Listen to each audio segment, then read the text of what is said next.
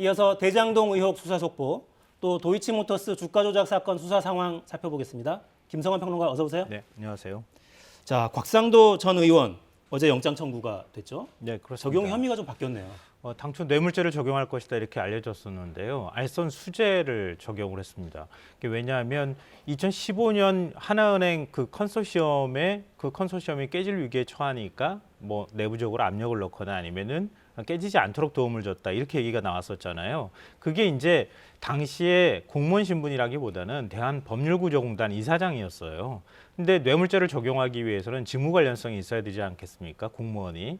근데 그 혐의를 적용하기가 좀 쉽지 않았다. 법률구조공단 이사장 자격으로 할 수 있는 일은 아니니까. 예, 맞습니다. 그러니까 직무 관련성이 있다고 보기 어렵다 이렇게 판단을 했다는 거죠. 그래서 특경가법상 알선 수재죄를 적용을 한 것인데요. 보통 뇌물죄는 한 1억 원 이상을 받았을 경우에는 한 10년 이상 징역이나 최고 무기까지도 가능하거든요. 근데 알선 수재의 경우에는 5년 이하 징역밖에 되지 않습니다. 그러니까 상대적으로 형이 가벼운 그런 죄목을 적용을 했다 이렇게 봐야 될 것 같습니다. 네.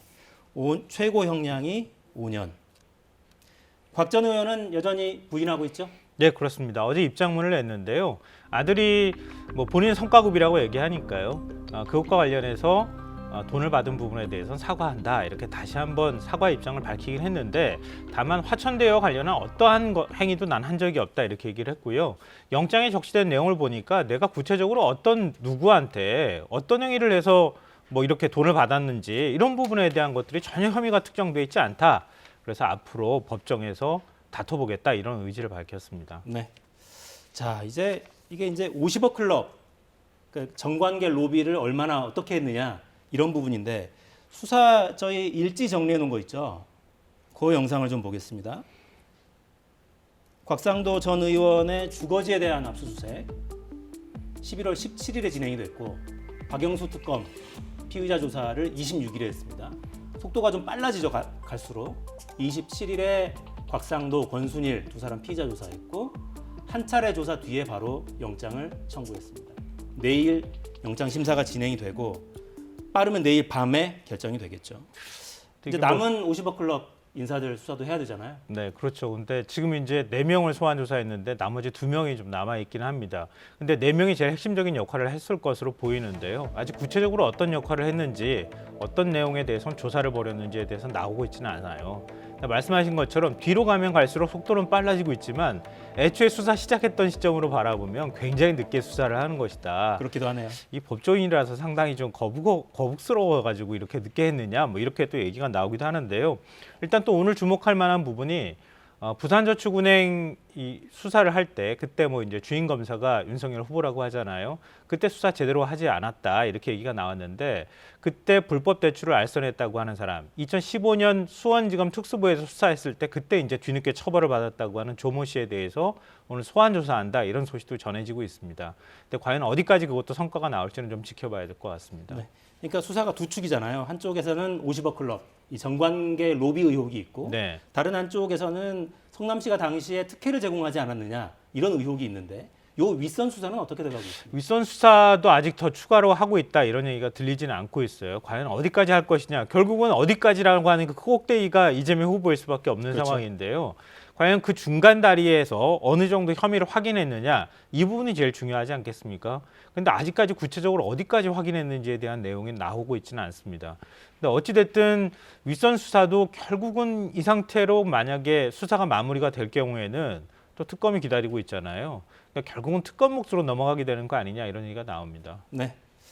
수사 속도가 빨라지고 있다고 했는데 맞네요. 돌이켜 보니까 이제야 하고 있기도 하네요. 자, 주제를 좀 바꿔보죠. 도이치모터스 주가 조작 수사 상황.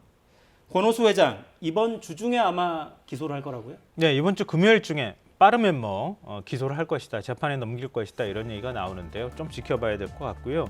일단 적용한 혐의는 자본시장법상 시세 조정, 주가 조작 혐의가 가장 크고요. 2009년부터 시작해서 한 3년 동안 회사 내부 정보를 흘리고 그리고 주가 조작범들하고 논의를 해서 회사 주식의 주가를 띄우는 작업을 했다 이런 것이고요. 지금 수사하는 과정에서 압수수색도 들어가고 하지 않았어요. 그래서 횡령하고 배임 혐의도 지금 추가가 될 것이다 이런 얘기가 나옵니다. 아무래도 회사와 관련돼서 돈을 가져가거나 이런 과정들이 있었지 않았을까 그렇게 생각이 됩니다.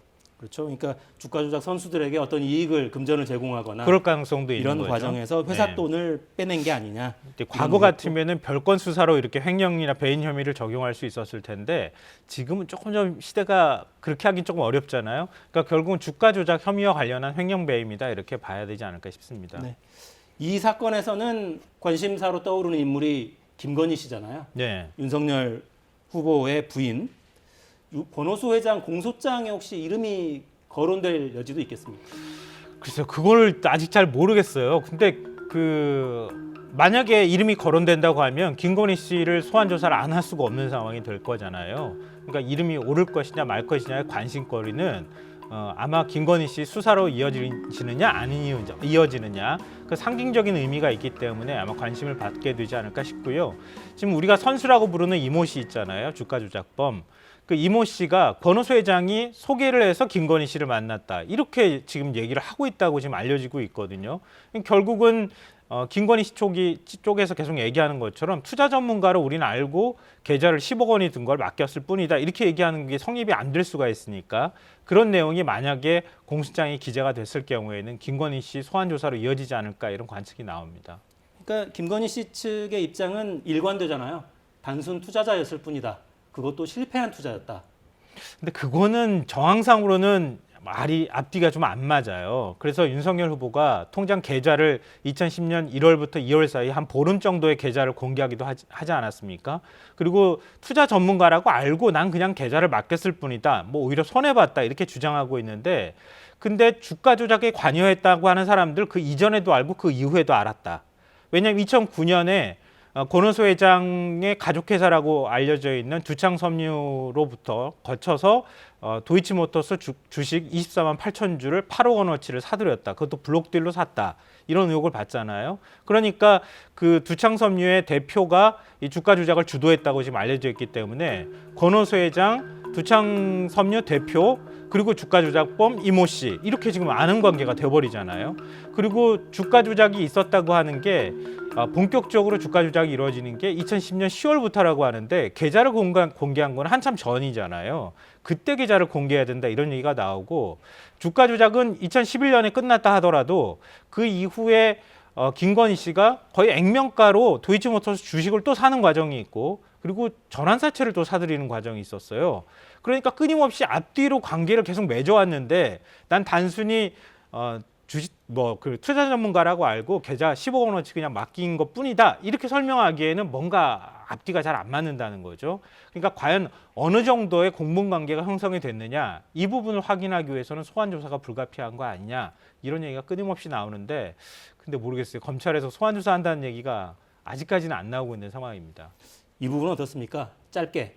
김건희 씨 쪽에서는 그렇게 장기간 주가 조작을 하는 경우가 어디 있느냐 이런 주장도 하거든요.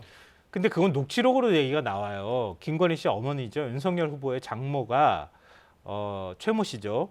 최모 씨가 내가 주가 조작했다 이런 얘기를 자기 입으로 얘기하는 과정이 공개가 되기도 했었거든요.